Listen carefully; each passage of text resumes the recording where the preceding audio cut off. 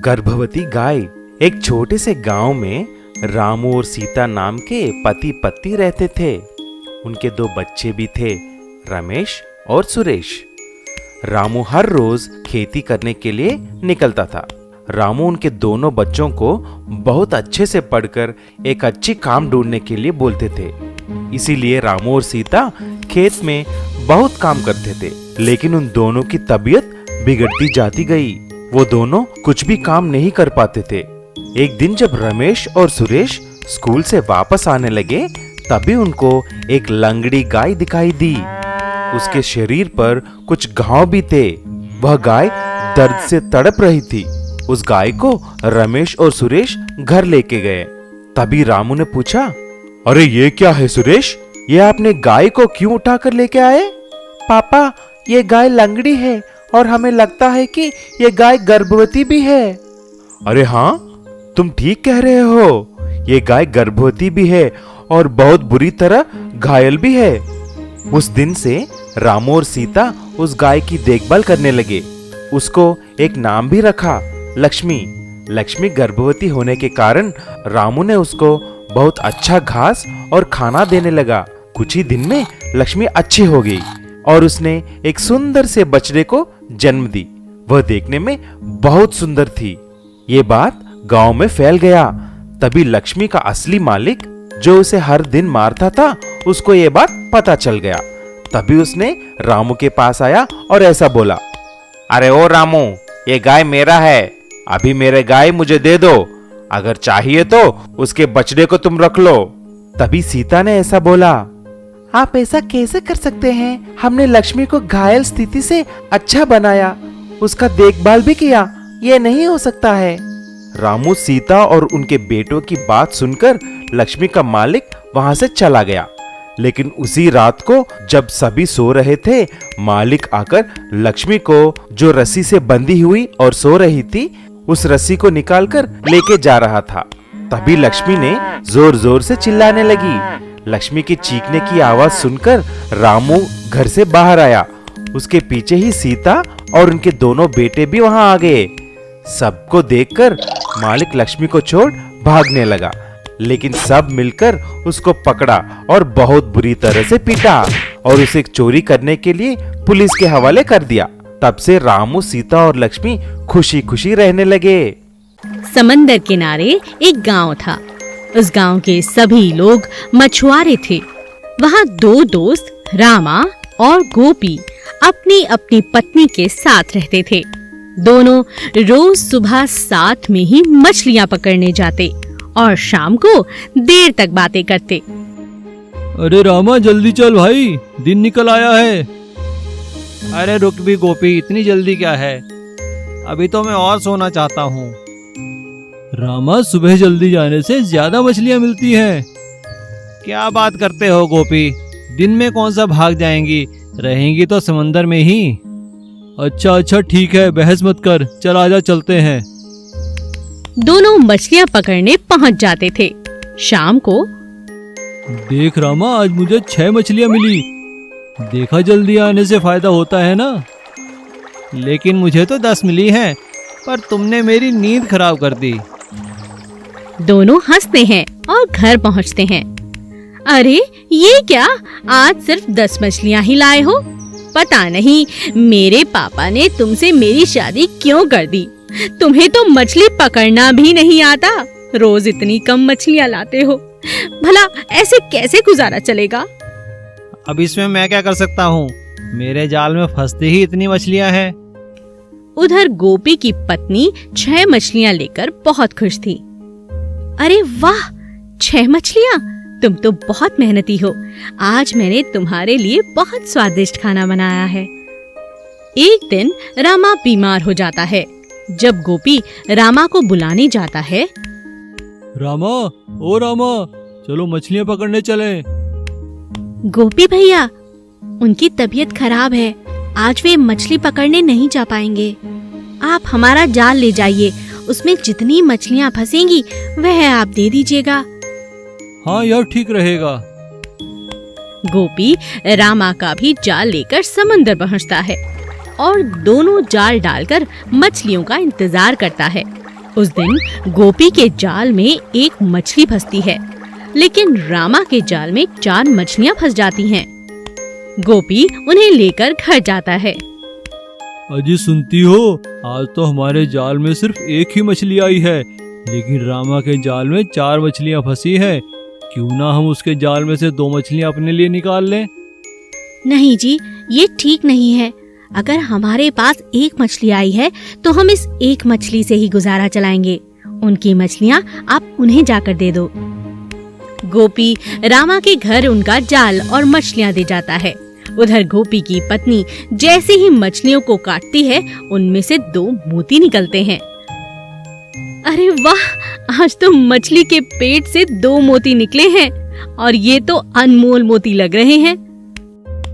लगता है तुम्हें तुम्हारी ईमानदारी का फल मिला है। एक गांव में रामू नाम का एक सपेरा रहता था।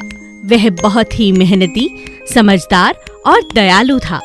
वह अपने द्वारा पकड़े गए सांपों के साथ बहुत ही अच्छा व्यवहार किया करता था। वह उन्हें जल्दी ही जंगल में छोड़ भी दिया करता था। एक दिन जब वो एक बहुत बड़े सांप को जंगल में छोड़ने जा रहा था, तभी दूसरे सपेरे ने उससे कहा, रामू तुम यह सांप मुझे बेच दो, मैं भी इसका खेल दिखाकर पैसे कमा लूंगा। नहीं कमरू, मैं अब इस सांप को जंगल में छोड़ने जा रहा हूँ। अगर हम इसे ज्यादा दिन अपने पास कैद रखेंगे तो यह मर जाएगा। ठीक है, जैसी तुम्हारी मर्जी। और वो वहाँ से चला जाता है। यह सुनकर रामू की पत्नी उससे कहती है, अजी ऐसे कैसे घर चलाओगे? अच्छे खासे दाम मिल रहे थे सांप के, क्यों नहीं बेचा कमरू को?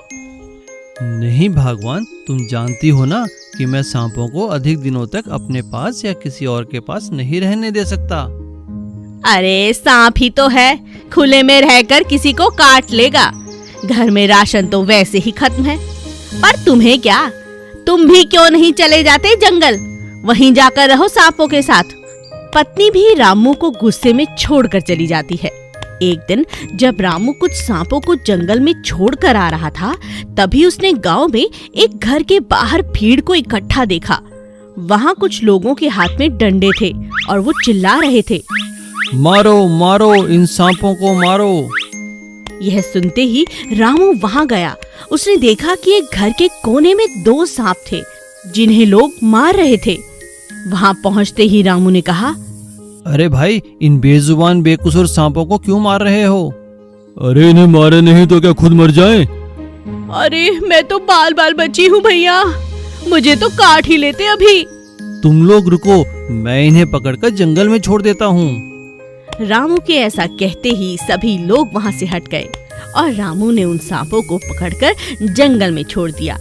सांपों को छोड़कर रामू जैसे ही अपने घर आता है, अचानक देखता है कि दोनों नाग और नागिन उसके घर पर बैठे हुए हैं। उन्हें वहाँ देखकर वह चौंक जाता है और सोचने लगता है कि ये कैसे हो सकता है कि वो तो अभी जंगल उन्हें छोड़कर आया था।